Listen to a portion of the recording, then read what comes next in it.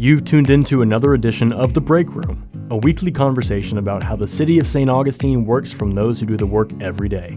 Hosted by the City of St. Augustine's Communications Director, Melissa Whistle, The Break Room offers a closer look at the different city departments and provides updates on current and upcoming projects and events. And now for your host of The Break Room, Melissa Whistle.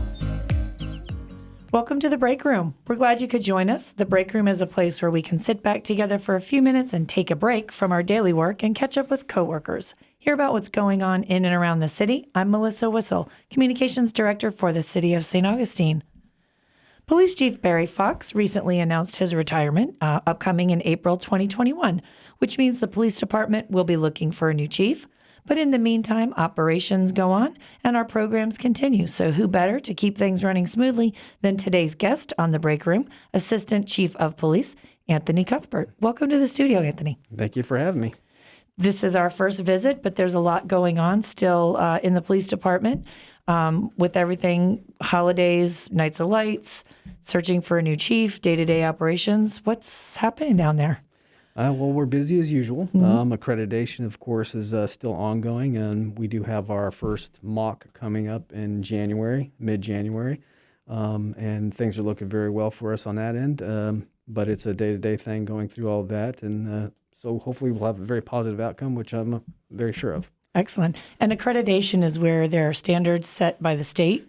Correct. It's a state program, and basically they have a set of standards for policies and stuff like that. And policies, of course, govern how the police department polices. So it's very in-depth, and it's a lengthy process. But luckily, we have in the past have always written our policies toward accreditation standards because that's always been a goal of the police department. It's just finally coming to fruition, and so it's coming out good. We'll look forward to seeing that in the new year. Absolutely. So talking about searching for a new chief. Tell us how that works. I think people are curious now that Chief Fox is going to step down. He's going to move over to code enforcement. But where do we find our new chief?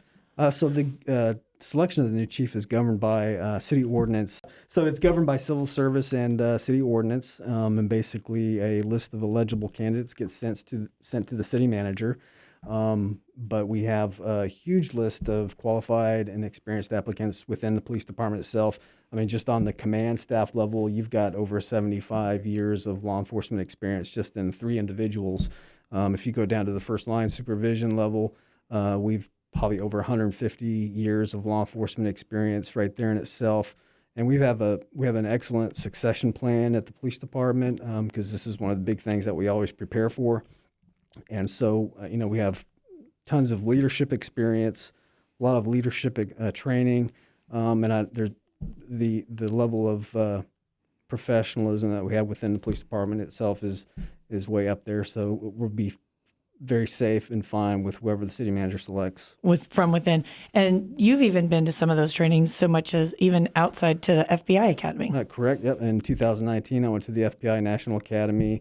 There are Florida Leadership, a series of leadership academies that are held by the state of Florida, FDLE, that the commandership has went to. Very in-depth training, goes over for several months. I've been to myself executive leadership, so yeah, we've all been following the lines and preparing for this moment. Wonderful. And the succession planning goes all the ranks in terms of folks promote. So if someone from up kind of as a ripple effect up. Correct. It's like a domino effect, ripple effect like you described. So the chiefs will be selected, then there'll be a new assistant chief, there'll be a new commander at that point, a sergeant, a corporal, right on down the line. Excellent. Well, we'll look forward to that. I'm thinking maybe after the first of the year, January, February timeframe. Yeah, that's the window I believe that the city is looking at to move forward on this would be January, February. Well, we wish Chief Fox the best and look forward to our new chief. Absolutely. And you'll be throwing your name in the hat? Of course. Excellent. Excellent. Some of the other programs that we have, we're talking about the day-to-day operations. I'm sorry. How is Nights of Lights looking downtown? Let's just jump right to that one. It's been fantastic. The crowds have been great. No serious problems. Everybody's out and enjoying the holidays. But in seeing this and preparing for it, we have always assigned more people downtown during this time of the year just because of the crowds and the population level.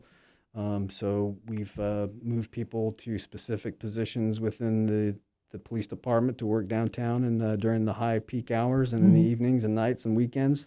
So you're going to see an additional 4 to 6 officers on top of the regular bike units that are downtown, the walking beat units, and vehicle units that are assigned downtown.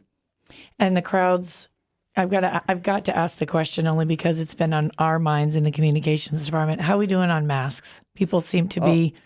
No problems whatsoever. Of course, the businesses are being very good about requiring masks to come into their buildings and establishments. We have not seen any problems, no calls for service regarding masks. So, very good. Everybody's being very, very, very good about it. And the holiday spirit is abounding downtown. It has not been dampered by anything. Okay. Well, I think people really were looking forward to this to try to have a happy ending to an otherwise very challenging year. Yes, and that's quite obvious that people are making that strive to do that. It just takes a moment to come downtown during the Nights of Lights, and you'll see the smiles and the people walking around enjoying the evenings. Good. Just a reminder to the community that Nights of Lights is underway, and we do want to remind our residents and visitors to mask up and be a mask hero. If you're out and about enjoying the holiday lights, be sure to have your mask handy, indoors or outdoors, in crowded areas where social distancing is not possible. We appreciate everyone doing their part, of course, to keep St. Augustine safe and healthy. You are listening to The Break Room if you're just tuning in. I'm Melissa Whistle, Communications Director for the City of St. Augustine, and today in studio we are speaking with Assistant Chief of Police, Anthony Cuthbert. Anthony, we've been talking about day-to-day operations. There are also ongoing programs that the police department is actively engaged with, and you've got a new one coming out or that's been rolled out. We need to let the community know about the Guardian Awareness Program. Tell us about that. Yes, this is a great chance to have a partnership with the citizens of St. Augustine. And let me make it clear, this is a completely voluntarily program because we're talking about surveillance cameras and cameras on the exterior of homes.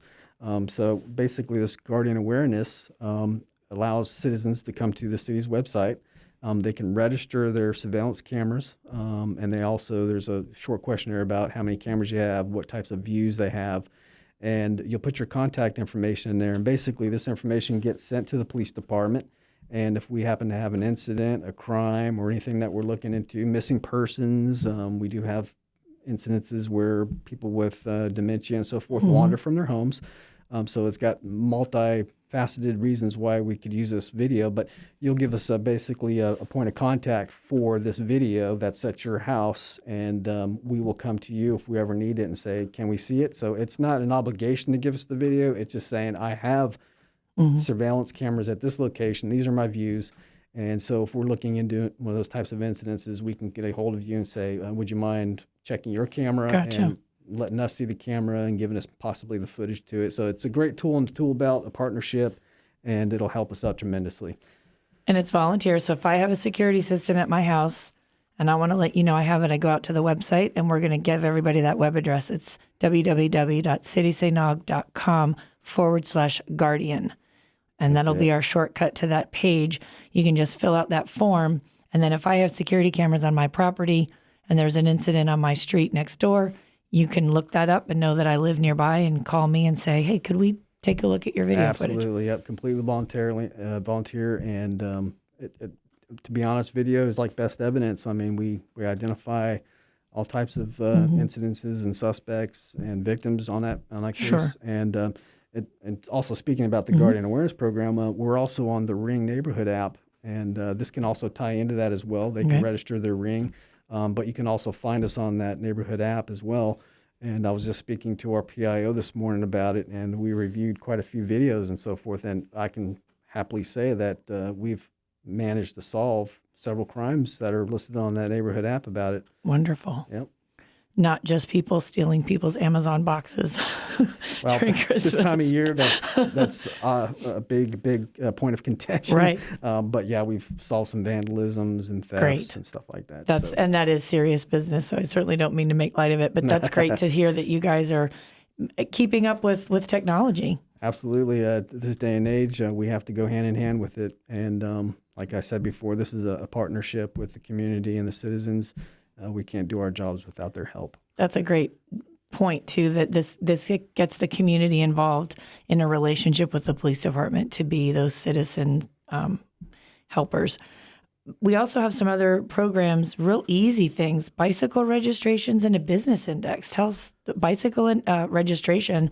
I've got a bike. If it gets stolen, I kind of figure it's gone, but that wouldn't be the case if I'd registered my bicycle. That's right. With If you go to our bicycle registration, which is also on the City of St. Augustine's website, you'll punch in the information, the serial numbers, descriptions, and we keep this database. And just as a point here in St. Augustine, probably the number one type of theft in St. Augustine is bicycle theft.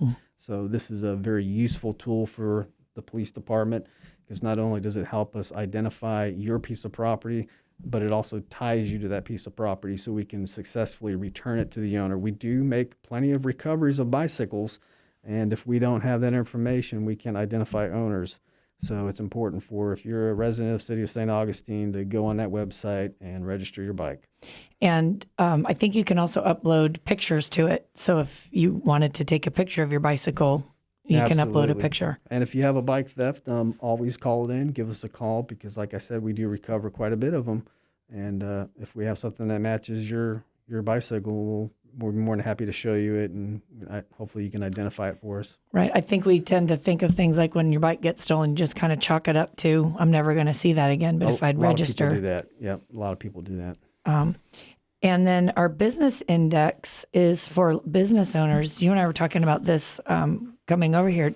It's a great program. And again, things I wouldn't think about, but remind our business owners. Yeah. So to remind business owners, and usually this does take place in the first steps of when you're establishing your business through the city. They'll give you the business index information.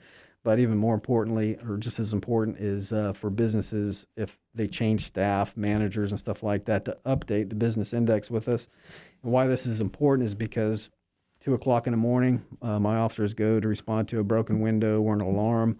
We use that information to get hold of the business owner and to make sure they're aware of the what's happened to their business, and they might have to come down and secure it or shut off the alarm, because there's been cases in the past, for me personally, where we've had to go to businesses that are running a loud alarm at 2 o'clock in the morning, waking up the neighborhood, and it might just be a misfire on the alarm's part, but we've had to actually disable the alarm because we didn't have updated information.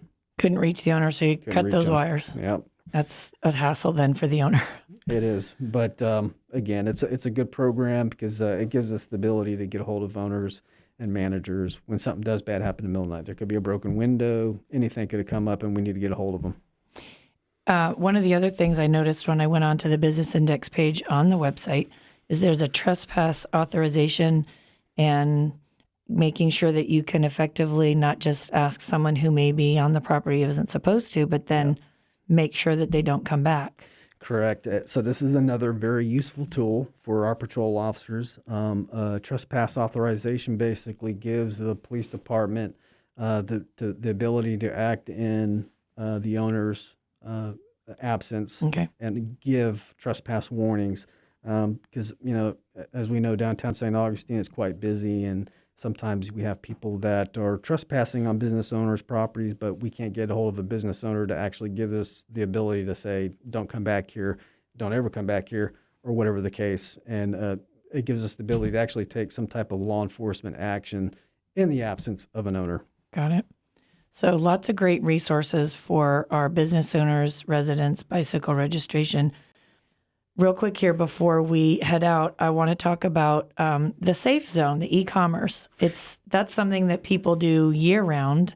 The online selling and buying. Yes, this time of year specifically, everybody's making purchases and they're trying to find the best deal available. So they're doing these online meetups where they buy things from people, and we understand that they don't know who they're meeting up with, and they might have nefarious reasons for meeting up with them, but we do have a safe e-commerce zone at the police department, and basically the parking lot next to the police department, right next to the building, is under 24-hour video camera surveillance.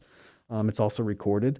They can even come inside the lobby. I'll welcome anybody into our lobby to do any type of e-commerce, just to be safe. And so just remind everybody about that.